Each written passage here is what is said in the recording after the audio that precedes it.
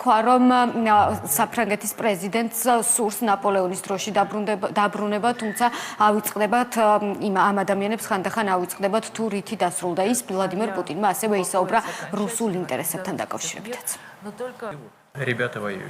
ამ დრომდე ზოგიერთი ვერ ისვენებს. კიდევ არიან ადამიანები, რომლებსაც სურთ ნაპოლეონის პერიოდში დაბრუნება.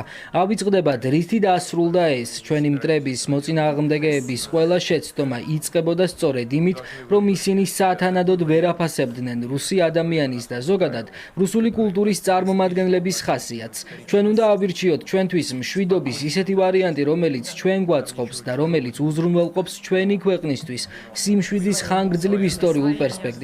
ჩვენ სხვისი არაფერი გჭირდება, თუმცა საკუთარს არ დავთმობთ. ჩვენ გჭირდება ისეთი ვარიანტი, რომელიც უზრუნველყოფს ჩვენი ქვეყნის სტაბილურ განვითარებას მშვიდობისა და უსაფრთხოების პირობებში.